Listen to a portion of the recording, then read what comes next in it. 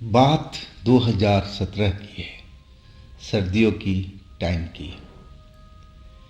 मेरा नाम अनुराग है। मैं गाज़ियाबाद ज़िला का रहने वाला हूँ।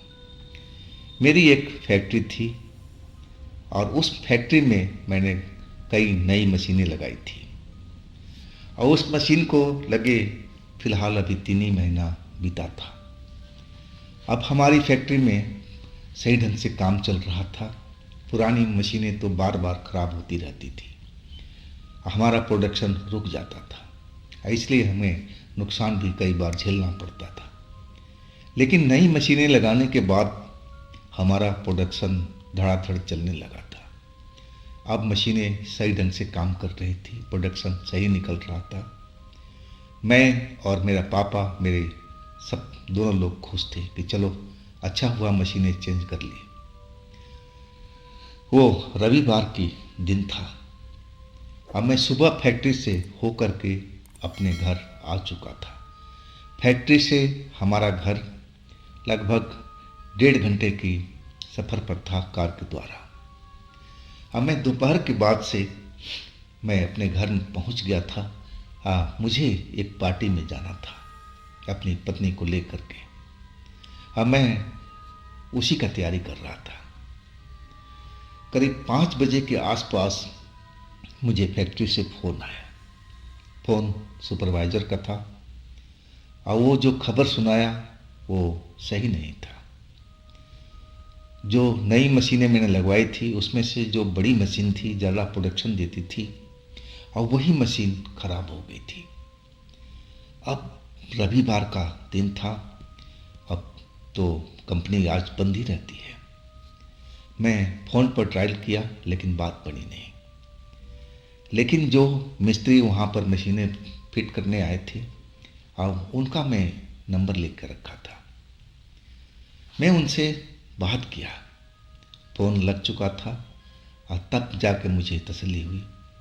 मैं उनसे अपनी जो बात थी मशीनों के बारे में करने लगा कि भाई मशीन अचानक रुक गई है और आपकी कंपनी तो बंद पड़ी है, आज संडे है, तो मैं कैसे काम करवाऊँ। वो कहने लगा कि आप कंपनी में संपर्क कीजिए, कंप्लेंट लिखाइए, फिर इंजीनियर जाएगा। लेकिन मैं कहने लगा देखो भाई संडे की है और कल मैं कंप्लेंट लिखाऊं तो शाम तक या कब तक मिस्त्री आएंगे कोई मालूम नहीं। आप हमारी मदद कर दीजिए। आप जहाँ रहते हैं मैं अपनी कार लेके आता हूँ और फिर हम चल पड़ेंगे फैक्ट्री की तरफ, और जो भी मेहनताना होगा आपका मैं अलग से दे दूँगा। लेकिन वो जो लड़का था, जो मिस्त्री था जिससे मेरी बातचीत हो रही थी, वो कहने लगा साफ साफ कि देखिए साहब, आज तो हमारी छुट्टी का दिन ही होता है, हम भी एंजॉय कर रहे हैं। मैं थोड़ा नशे में हूँ और ठीक भी नहीं है इतना दूर का सफ़र करना। लेकिन बातचीत के लहजे से बिल्कुल वो साफ साफ बोल रहा था, मैं समझ भी रहा हूँ। मुझे नहीं लग पा रहा था कि इतना नशे में है। मैं कहने लगा कि भाई आप जितना नशे में हो तो काम तो कर ही सकते हो। वो कहने लगा हाँ काम तो हम कर सकते हैं। तो नहीं फिर क्या मुश्किल है, मैं अभी आ रहा हूँ, आप अपना एड्रेस बताइए। और इसके बाद हम उसके घर पहुँच गए थे। जब वहाँ पहुँचे तो मैं देखा उसको, और कहीं से भी नहीं लग रहा था कि वो इंसान नशे में है। बिल्कुल साफ लफ्ज़ बोल रहा था, चलने फिरने में सब कुछ एक्टिव था। और फिर मैंने अपने कार में बिठाया और सीधा हम लोग फैक्ट्री आ गए थे। फैक्ट्री में टाइम तो ज़रूर लगा।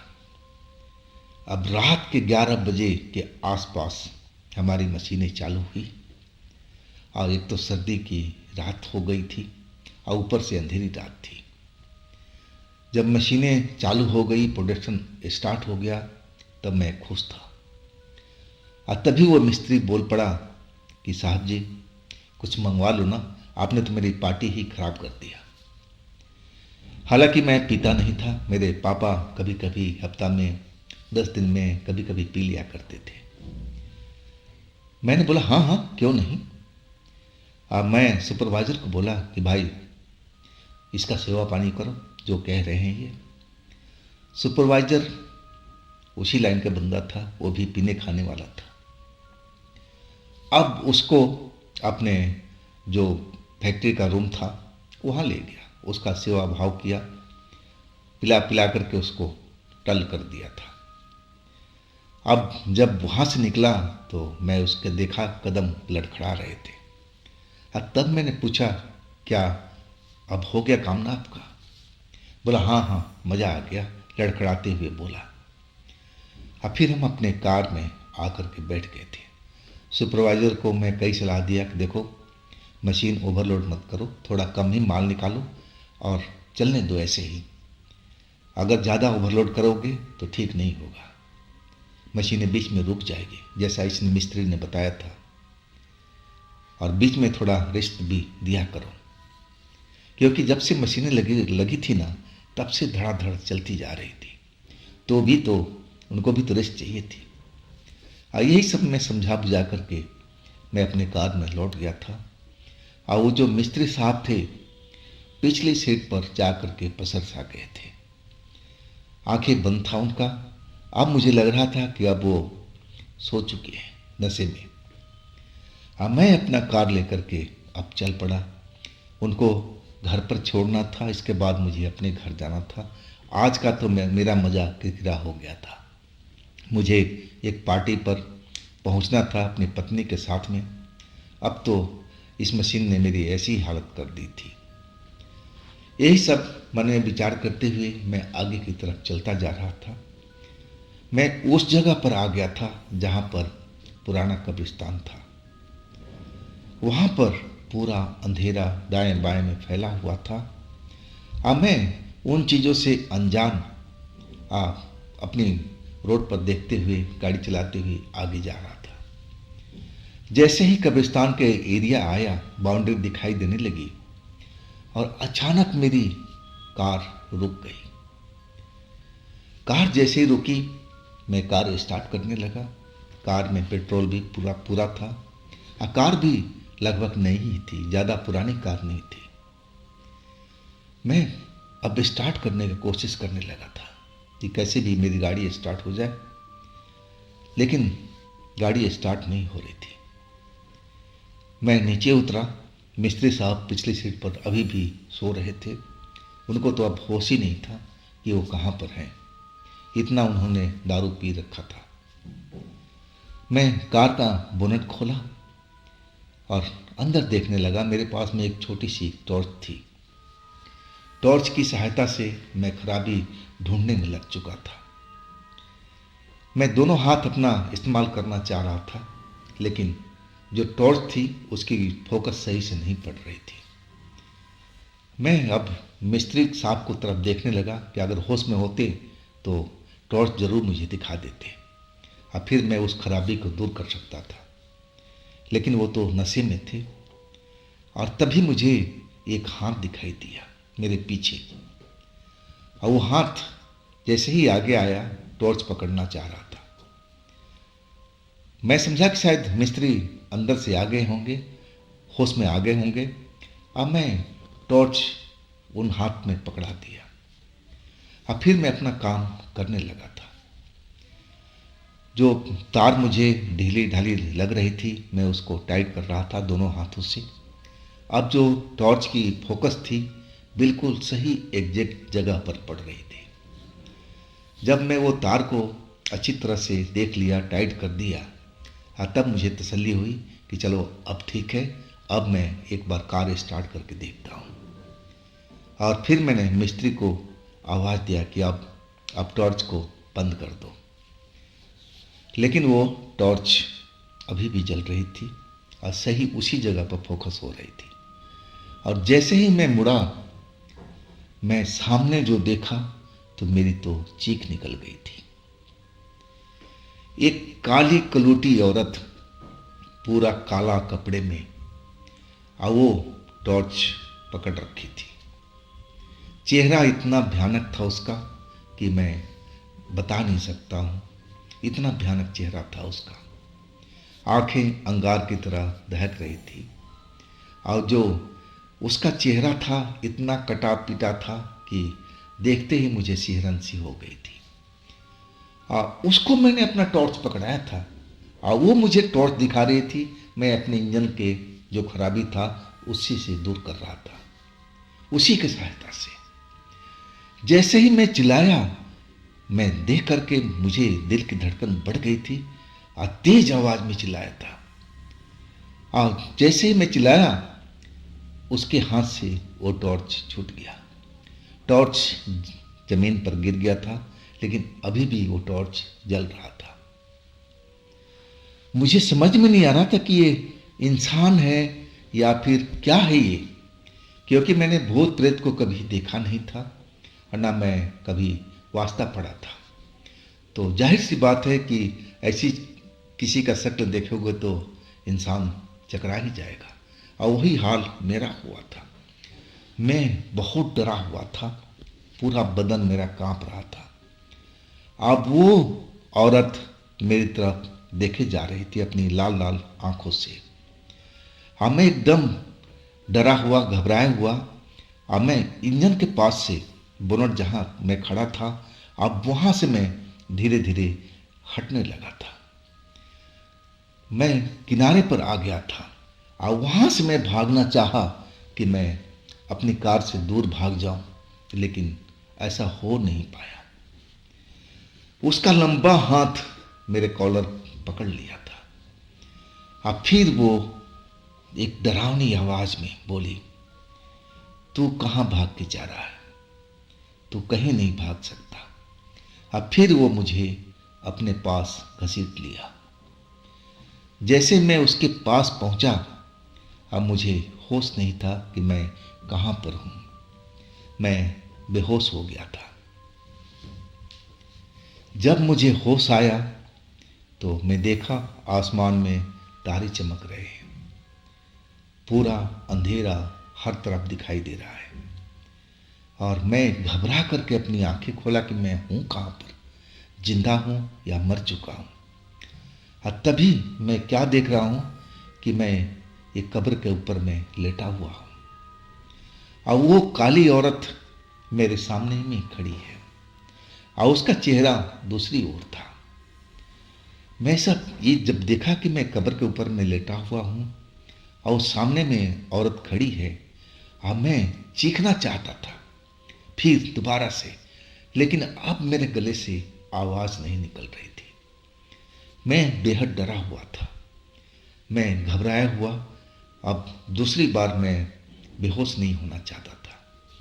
मैं चाह रहा था कि बस चुपचाप इसकी पकड़ से मैं दूर निकल जाऊं। उस औरत का चेहरा दूसरी साइड में था, ना जाने क्या देख रही थी वो। और मैं आहिस्ते आहिस्ते उस कब्र से उतर गया। अंधेरा तो था ही, अब मैं आहिस्ते आहिस्ते आड़ लेकर के जैसे तैसे मैं कब्रिस्तान से बाहर निकल गया था। जैसे ही कब्रिस्तान से बाहर निकला और सीधा दौड़ता हुआ मैं कार के पास पहुंचा। मैं अंदर देखा तो जो मिस्त्री साहब थे अभी भी पिछली सीट पर सो रहे थे। उनको तो कोई होश भी नहीं था। हाँ, लेकिन एक बार तो मैं कार स्टार्ट करने की कोशिश किया, लेकिन कार स्टार्ट नहीं हुई। अब वहाँ से जो सबसे नज़दीक जगह थी मेरी फैक्ट्री थी, और वही मैंने दौड़ लगा दिया था। मुझे जरा भी आहट होती थी पीछे से, और मैं चौंक करके देखता था कि कहीं वही औरत तो मेरे पीछे नहीं आ रही है। कुछ दूर दौड़ने के बाद में मैं बिल्कुल थक चुका था और एक पेड़ के पास में जा कर के खड़ा हो गया। सांस लेने लगा था, डरा हुआ था। और जब थोड़ा सा शरीर में सांस आई तो मुझे ध्यान आया कि मैं अपना फ़ोन निकालूं और सुपरवाइज़र को फ़ोन मिलाऊं। और जैसे ही फ़ोन निकाला, देखा तो उसमें जो सिग्नल था बिल्कुल डेड हुआ पड़ा था। फ़ोन मिला रहा था, फ़ोन नहीं लग रहा था। लगे कैसे, उसमें सिग्नल तो था ही नहीं। अब फ़ोन में भी मेरी खराबी हो चुकी थी। अब मैं वहाँ से, अब पेड़ के पास में जहाँ खड़ा था, अब मैं वहाँ से अब आगे की तरफ निकलना चाहा। जैसे निकलना चाहा, पेड़ पर हलचल सी हुई। वही चुड़ैल पेड़ के ऊपर से सीधा मेरे आगे में जंप करके आ गई थी। मेरा कॉलर फिर उसने पकड़ लिया और कहने लगी कि मेरी पकड़ से तू कहाँ भाग के जा सकता है, तू कहीं भी जाएगा मैं तुझे छोड़ने वाली नहीं हूँ।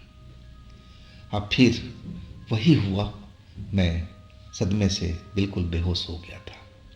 लेकिन मैं अब जो जगह थी फैक्ट्री के पास में था, ज़्यादा दूर नहीं था, लेकिन मैं अब बेहोश पड़ा हुआ था। जब मेरी आंख खुली ना, तो मैं अपने फैक्ट्री के अंदर में था। मैं घबरा कर हर तरफ देखा। मेरा सुपरवाइज़र, मेरे वर्कर मेरे पास में खड़े थे। और सुपरवाइज़र मुझे देखते हुए कहने लगा कि साहब आप ठीक है ना? मैं बोला हाँ मैं तो ठीक हूँ। और फिर मैं एकदम घबरा गया था। रात की सब घटना मुझे याद आ गई थी कि मेरे साथ में क्या क्या हुआ। सबसे मेरा पहला सवाल था कि मेरा वो मिस्त्री ठीक है ना, जो कार में बैठा हुआ था। और तभी वो मिस्त्री पीछे से आवाज़ दिया कि हाँ साहब मैं बिल्कुल ठीक हूँ। फिर मेरा सुपरवाइज़र पूछने लगा कि साहब क्या हुआ था आपके साथ में? आप पेड़ के पास में बेहोश पड़े मिले थे एक हमारे कारीगर को सुबह में, जब वो ड्यूटी से वापस जा रहा था।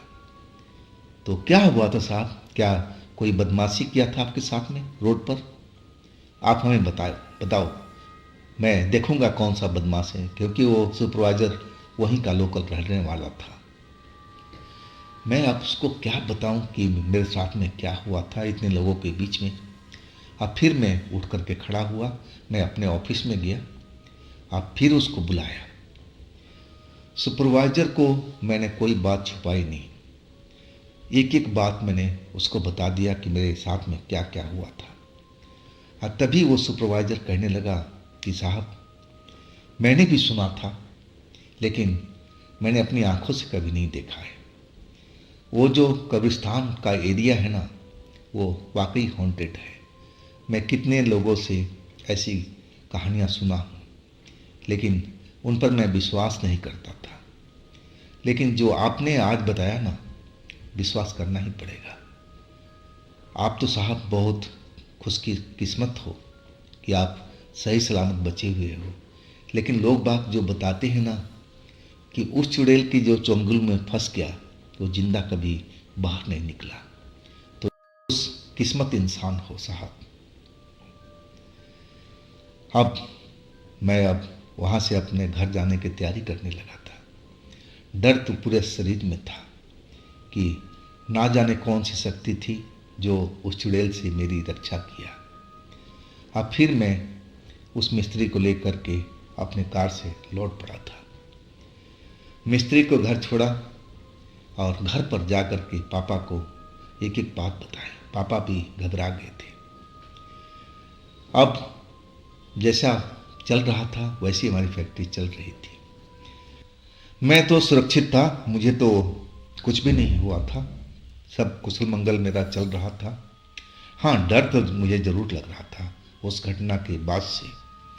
मैं फैक्ट्री आते जाते वक्त जैसे ही उस जगह पर पहुंचता, मेरा रोम रोम खड़ा हो जाता था डर के कारण से। और उसके बाद जो हमारी मशीनें थी, नई मशीनें, वो भी अब खराब होने लगी थी। और कुछ न कुछ हमारे फैक्ट्री में घटता रहता था। अब एक रात को उसी सुपरवाइजर को वही चुड़ैल मुझे फैक्ट्री के अंदर में दिखाई दिया। अब फिर वो भी डर चुका था। उसने हमें इमीडिएट खबर किया था कि साहब जिस चुड़ैल की आप बात कर रहे थे ना, वो तो फैक्ट्री में अब दिख रही है। तो मामला कुछ बिगड़ता जा रहा साहब। मुझे तो लग रहा है कि वही चुड़ैल हमारी मशीनों को खराब कर रही है। कुछ कीजिए साहब, कुछ कीजिए, नहीं तो सारे वर्कर फैक्ट्री छोड़ कर के भाग जाएंगे। कुछ न कुछ उस फैक्ट्री में घट रहा था। किसी को न किसी को वो चुड़ैल कहीं न कहीं नजर आ जाती थी। अब जो वर्कर थे वो बिल्कुल डरने लगे थे। और आखिरकार ये बात मैंने अपने पापा को बताई। पापा कहने लगे कि भाई अब गुरुजी से पूछता हूँ कि अब क्या करना चाहिए। उन्होंने गुरुजी के पास गए और गुरुजी को बाकायदा उन्होंने लेकर के आए। अब गुरुजी पूरी फैक्ट्री के अंदर में अपनी जो तंत्र क्रिया थी उसको किए। अब फिर वो कहने लगे कि अब सब कुछ ठीक है, अब कोई दिक्कत नहीं है, अब ये जगह है जो पवित्र हो चुका है, अब वो चुड़ैल कभी नज़र नहीं आएगी। और ऐसा ही हुआ था। उस घटना के बाद अब हमारी जो मशीनें थी सही प्रोडक्शन दे रही थी, खराब नहीं हो रही थी। ना उस जगह में वो चुड़ैल मुझे दिखाई दे रही थी, ना हमारे वर्कर को, ना हमारे सुपरवाइजर को। तो दोस्तों ये थी अनुराग जी की अपनी आप बीती। अगर आपके पास भी ऐसी कोई घटना है जो आप मुझे बताना चाहते हैं तो आप मुझे इंस्टाग्राम पर या मेरे व्हाट्सएप नंबर पर अपनी घटना को शेयर कर सकते हैं। दोस्तों ये भी चैनल आप ही का है, तो इसको भी अपना प्यार दीजिए, लाइक कीजिए, सब्सक्राइब कीजिए, शेयर कीजिए। अब फिर हम मिलते हैं एक ऐसी घटना में कल। आप लोग अपना ख्याल रखिएगा। नमस्कार।